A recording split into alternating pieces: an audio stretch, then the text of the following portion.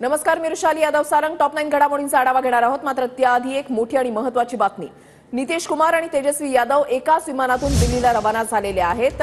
महत्त्वाची बातमी आपण पाहताय। काही वेळापूर्वीच 10:40 त्यांचं विमान होतं आणि या एकाच विमानामधून नितीश कुमार आणि तेजस्वी यादव हे दिल्लीकडे रवाना झालेले आहेत।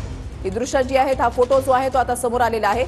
नितीश कुमार आणि चंद्रबाबू नायडू यांचं गणित नेमकं काय असतंय याच्यावर सर्व गणित जी आहेत ती अवलंबून आहेत आणि नितीश कुमार आणि चंद्रबाबू नायडू यांना शरद पवार यांनी संपर्क केल्याची माहिती जी आहे ती मिळतेय आणि आता नितीश कुमार हे एनडीएच्या बैठकीसाठी दिल्लीकडे रवाना झालेत, तर तेजस्वी यादव हे इंडिया आघाडीच्या बैठकीसाठी रवाना झालेले आहेत। मात्र हे दोघेही एकाच विमानामधून प्रवास करतायत। संदीप राजगोळकर आमचे प्रतिनिधी अधिक माहिती देतील। संदीप,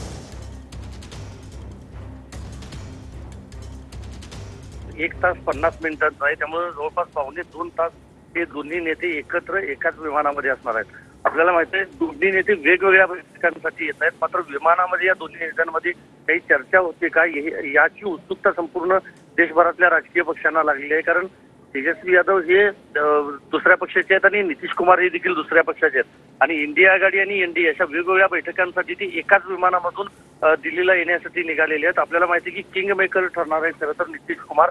त्यामुळे नितीश कुमार इंडिया आघाडी सोबत जाणार की एनडीए सोबत कायम राहणार याची उत्सुकता असतानाच आता तेजस्वी यादव त्या विमानात असल्यामुळे चर्चेला देखील उधाण आलेलं आहे। तेजस्वी यादव काही त्यांची समजूत काढण्यात यशस्वी होतात का किंवा त्यांच्याशी काही चर्चा करतात का हे बघावं लागेल।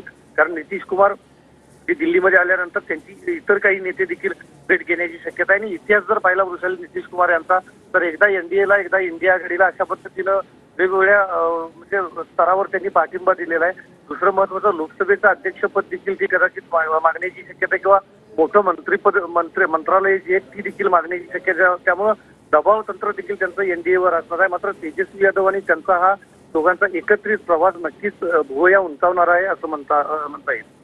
नक्कीच संदीप, आणि जर आपण पाहिलं तर नितीश कुमार यांनीच इंडिया आघाडीच्या एकजुटीसाठी म्हणजे सर्वच भाजप विरोधी पक्षांनी एकत्र यावं यासाठी खास करून नितीश कुमार यांनी प्रयत्न केलेले होते आणि आता ते एनडीए सोबत आहेत आणि एनडीए सोबत असताना आता ते दिल्लीला रवाना होत असताना आता पुढे नेमक्या 24 तासामध्ये नेमक्या काय घडामोडी घडतायत हे पाहणं सुद्धा तितकंच महत्त्वाचं असेल। मात्र आताच्या घडीची महत्त्वाची बातमी आपण पाहताय की 10:40 हे जे विमान पकडण्यात आलेले आहे हे विमान दिल्लीला आता पोहोचेल जवळपास 1 तास 50 मिनिटांनी। मात्र या विमानामध्ये आहेत नितीश कुमार आणि तेजस्वी यादव। धन्यवाद संदीप दिलेल्या सविस्तर माहितीसाठी।